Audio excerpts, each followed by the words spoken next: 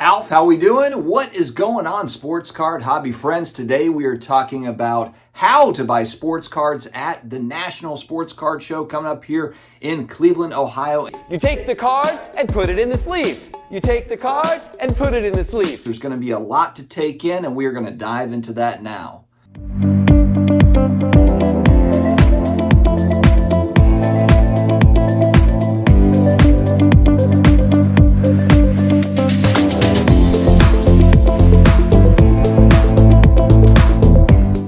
What's going on, hobby family? It's another day. It's another sports card video. We are back.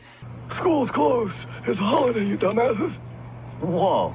And for those that are going to the National, who is pumped? Or maybe you're not going to the National, but you're going to a local show or a regional show that you're really excited about coming up here in the next week or two. Because really, it's all similar. The National just happens to be just a much larger version of this thing. Before I dive in, huge thanks to today's video sponsor, DC Sports 87. They are going to be at the National, booth 6008. Bring your cards there to DC Sports 87. They will take care of you. I actually just had cards end last night on DC Sports 87. It all worked out great. So if you're looking to sell on eBay, but you don't want to bother with all of the listing and the shipping and all the stuff that comes with individual listings, DC Sports 87 is the way to go. All right, this will be my fourth national in a row. My first time in Cleveland, Ohio. I have family in Dayton, Ohio, so I've been to Ohio quite a bit, but I've never been to Cleveland. I've never been to the IX Center where they're going to hold this one. I've heard really good things about the facility as a whole. I've heard that it's not as big as what we see in Rosemont in Chicago, but that doesn't necessarily mean that it's not going to be as good. And I think a lot of this show just kind of boils down to you're there for a variety of different reasons. In most cases, you're not necessarily just going to the National just to buy cards. There's usually other reasons. You want to meet other hobbyists. You want to just see what all the hoopla is about for a show this large. You want to meet with companies. You want to get autographs. The autograph pavilion is massive at a show like this, so you're going to get a wide range of superstars that come to this particular show in comparison to other shows. So if you're a big autograph collector, this is kind of the mecca for that in so many ways. Tip number one, you can spend all your money in the first hour. We got a 1987 Fleer factory set. It is just kind of a sea of tables, and there's so much volume. Especially, I would say, too, for more common cards, whether that be modern or if that's vintage as well. One of the really fun things about vintage card buying when you're at the National is you do have a lot of options. Now, granted, there's going to be certain cards that are harder to find than others, but I'll use the Bart Starr rookie card as an example. Going back a couple of years to the Atlantic City National, I was trying like crazy to buy this card at the Atlantic City National, and I just did not land on the option that I wanted, the card for me, because of what I was looking for. And I was really prioritizing centering and surface, and I didn't want to press, I didn't want to push it. I definitely could have bought a copy, but just could not find the right copy for me. Ended up buying this one online from a viewer, actually, that had reached out, just offered a good price, and I really liked how this particular 4 looked for the Bart Starr rookie card. But that's what kind of makes this show really, really fun. There's going to be a lot of vintage cards there. And when I say common, I'm just talking about stuff that you can find it. You know, it's not impossible to find. I know there's certain vintage sets that are more rare than others, and I'm not talking about that stuff. But I'm talking about 50s Topps baseball cards, 60s Topps baseball cards, or Bowman. You know, I mean, that stuff will be fairly widely available, and it'll just be a matter of price point, and is that the one that you want? Is it centered like you want it, or the corners or the edges, if you prioritize that as well? I know that many people kind of freestyle, and I'm going to do that this year to a degree. Freestyling mean that you're just going to walk into the show and you're just going to kind of take it in and let the show come to you type thing, which nothing wrong with that at all. I think, though, it's still good to kind of have 5 cards, you know, like a top 5 wish list, or just 5 cards in your head that you're prioritizing, that you really want, and you put thought into it, and you've thought about it. You know what? To round out 2024, I'd really like to have this card or that particular card.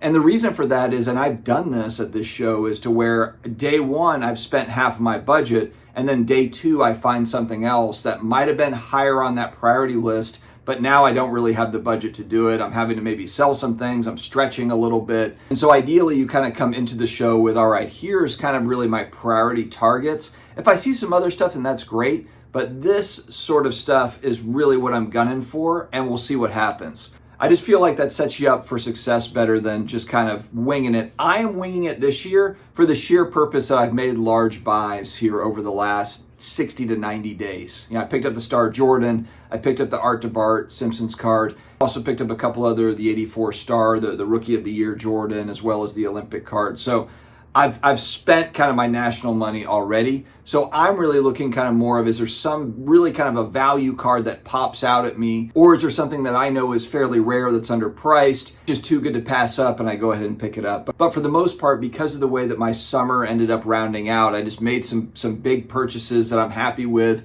If honestly, if 2024 ended and that was where my collection stopped, right where I am today, I would be happy with it, and we're only in July. I feel like I'm already ahead of the curve for what I was targeting going into 2024. I also do have a couple of pretty good size buys for me that I'm watching here that end after the National. So that's another thing kind of in the back of my mind as well. So trying to juggle all of these things, it probably means I'm not making a splash at the National, and that's perfectly okay. As I've said before, I'm really going to meet up with people, hang out with friends, meet with businesses. There's other reasons for me to go to the show. Content is fun there. There's just all sorts of things going on. It is kind of like Disneyland of card shows, and it's also a way to catch up with people that you don't necessarily see all the time. Everybody is there, but you get limited time with each person typically. So I'll be able to cover a lot of ground, see a lot of content creators, see a lot of business folks, see a lot of hobbyist viewers. I can see them all. I won't be able to spend a lot of time with any one person outside of the guys I'm staying with Michael Ham and Flipping Steve, and I'll spend a lot of time with Neo. But that's just kind of the way that this thing rolls. If you're spending the money to come into the National, usually it's not just to buy cards, because you can do that on eBay all day long, or one of these auction houses. You're going there for a variety of reasons, which brings me into the next thing. Buying cards and managing your budget, of course, is critical at the National. But the other part that's probably just as critical is managing your time. Man, your time just goes. This show, if you're here, I'm going to get there Wednesday. I'm leaving on Sunday. But that Wednesday, Thursday, Friday, Saturday, it's going to fly by. It's going to absolutely fly. There's all sorts of different events going on. I was actually just messaging back and forth, Neo and Steve, trying to figure out our Friday. We're definitely going to go to Filmington's thing at 9. But there's a few different events leading up to that. It's kind of like, okay, which ones are we going to hit?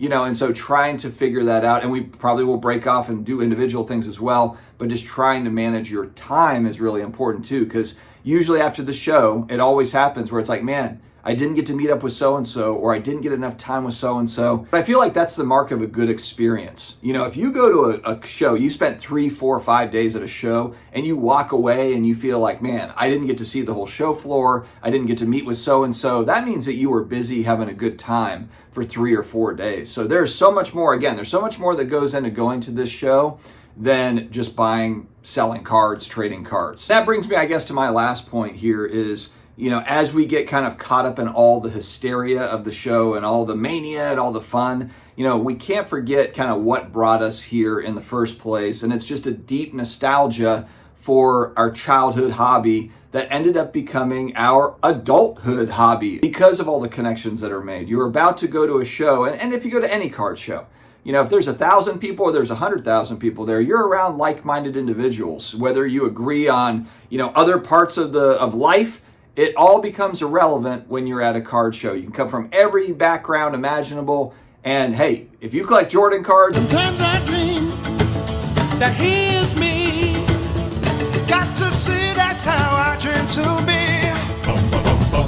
you collect Mantle or you collect whatever, and you have that in common with somebody, there is something great about that in particular. This is for us adults, I think. When you look at the 40-somethings like myself, this is an extension of the neighborhood, the neighborhood get together, the kids getting together and trading cards and hanging out and riding bikes and doing all that. That's basically what card shows are for 40-somethings. So the middle-aged guys, myself, it's just an extension of that experience when we were young. So that can't get lost, I think, when we're talking about all the other things that come with the hobby, whether that be, the scams and securities type stuff that we really, my God, especially given the last few weeks in the news, we've got to be extra diligent with all of our cards, regardless of whether you're bringing 10 cards or you're bringing thousands of cards, and an extra emphasis on, hey, pay attention to where your stuff is and just have a great time. Take it all in, be present in the moment. I hope to see you all there. Friends, stay healthy, stay awesome,